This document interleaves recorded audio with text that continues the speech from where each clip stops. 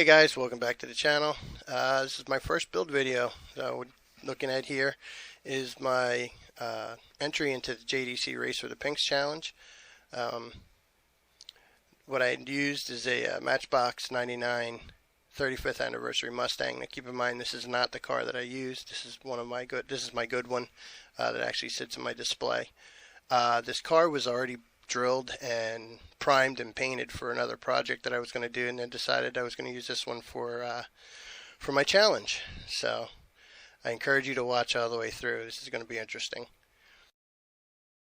So here you see with the wheels, I originally painted them with a chrome mirror finish and went back over them with X19 smoke. For the interior, I did a little bit of detail work on the dash, put some dials in, and pretty much left it the way it was originally. As you can see at the end, things change up a little bit here. It's not exactly the way it ends up looking. For the front windshield, I decided that I wanted to change things up a little bit, give it a little more realistic look. So I took some styrene and made some visors for it. You'll see as we come up here, I'm gluing them on. I did go back and paint them so they aren't left white, just so you know.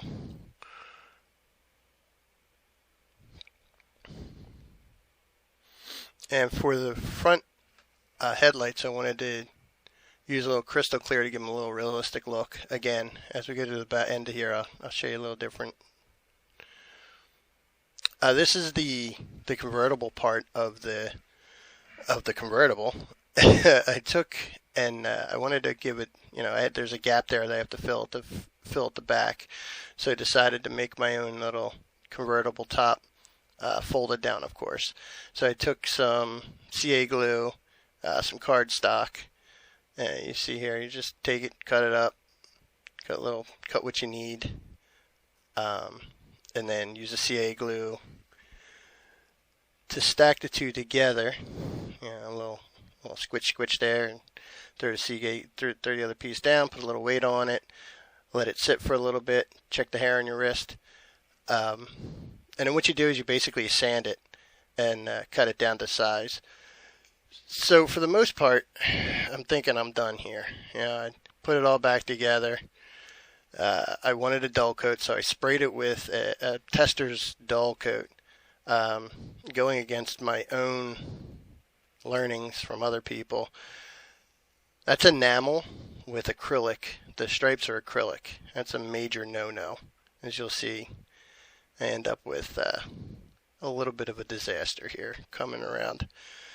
So the acrylic silver just bled all over the place. So I had to postpone what I was doing, take it all apart, take the backpack off, and it goes right back into the stripper. So I let it sit overnight, let it strip completely. I'm a little frustrated, actually to the point where I was not even going to film the rest of it, which I really didn't. I didn't film putting it all back together. Here's what it looked like after I came back out of the stripper. I gave it a little bit of a clean, made sure it was polished. You can see that it's an older casting. It's got some pitting in it. It was primed and then repainted black. Redid the black stripe and redid the silver stripe. Here you can see the original with it sitting next to it. I decided that I wasn't going to go with the blacked out front headlights. I did put a little silver behind them and then use the crystal clear in the back. I did a little more detail on the tail lights. I drilled out the exhaust. I don't know if you can see it in this picture real well, but I drilled out the exhaust to give them a little more realistic look. Here we're going to come up on a little spinny action on it. The interior, you can see I didn't leave it that gloss, that high glossy look. I did spray it with a flat black. I did want a dull look on this car, so what I did was after I sprayed it with a 1K clear, I went back with a Mr. Clean Magic Eraser after it had cured, and I gave it a gentle rub to try and get some of the glossiness off, since I didn't have a dull coat that was working properly. But here she is, on her way to GA. I did magnetize the bottom so it would sit in the display properly.